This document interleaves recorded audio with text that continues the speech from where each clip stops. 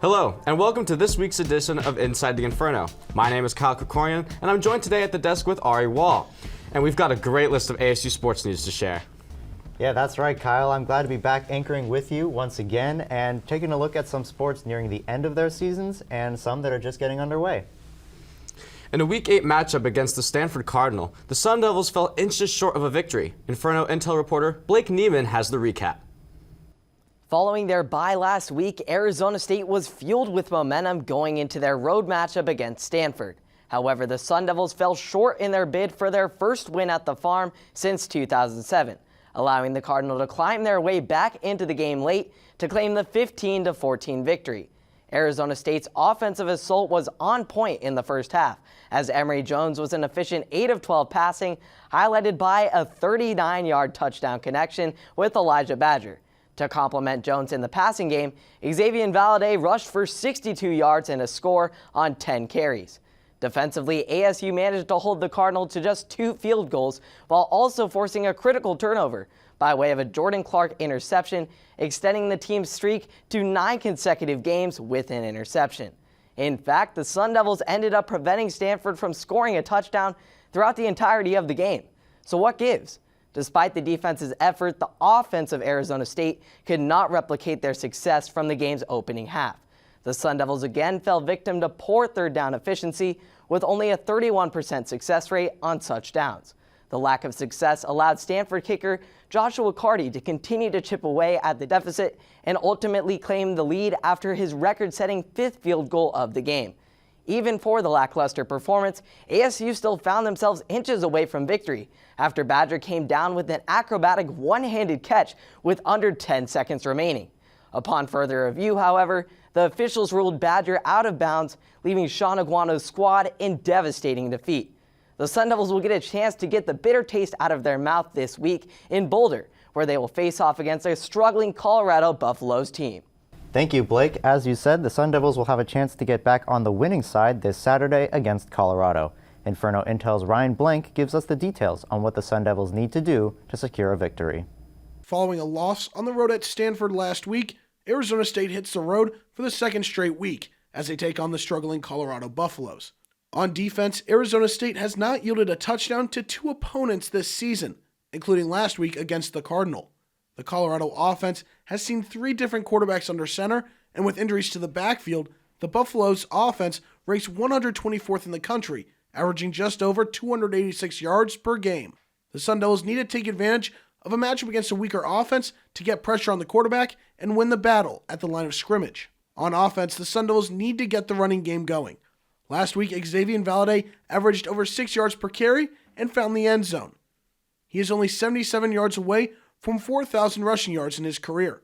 This week was an open competition for the quarterback position between Trenton Bourguet and Emory Jones. Whoever is under center, it is crucial for the offense to find success on first and second down to limit the third and long situations where ASU has struggled all season long. After a disastrous second half offensively last week, Coach Aguano is taking a more involved role in the play calling.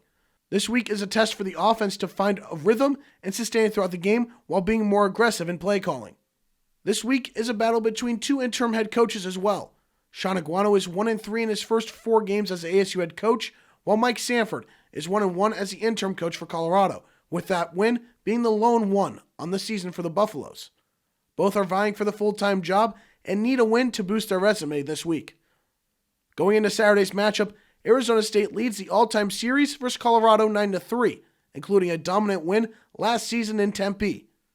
A win this week for the Sun Devils will end a 5-game skid on the road, and it will be their first win at Folsom Field since 2014. Thanks, Ryan. Now, transitioning away from football news, let's look into ASU Baseball, where they just released their 2023 schedule. Paul Schultz has the details. Fall ball is underway for Willie Bloomquist's Sun Devil baseball squad, and last week, the full schedule for the spring 2023 season was released. Throughout the season, ASU will compete in 56 games, including 25 non-conference and 31 Pac-12 contests.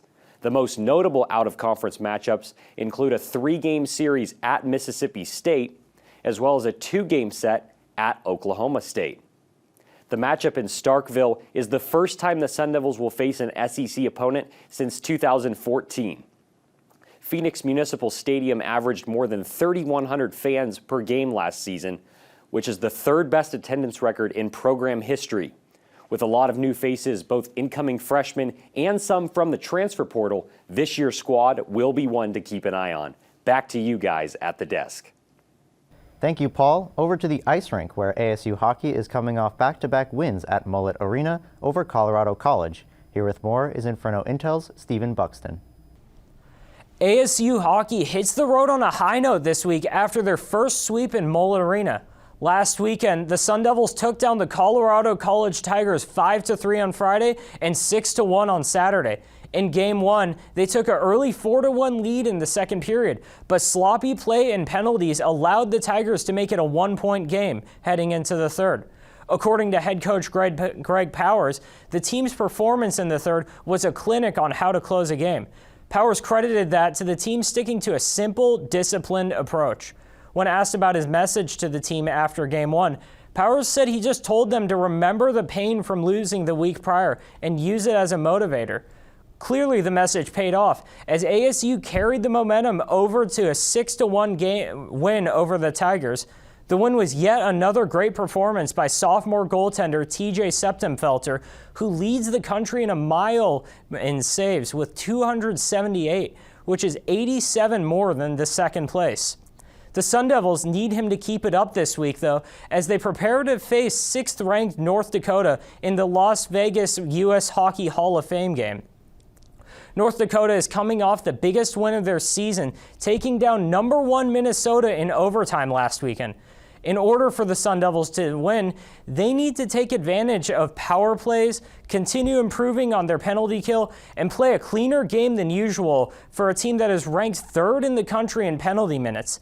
If the team can do that, the Sun Devils have a great chance at their biggest win since beating number 4 Denver in 2019.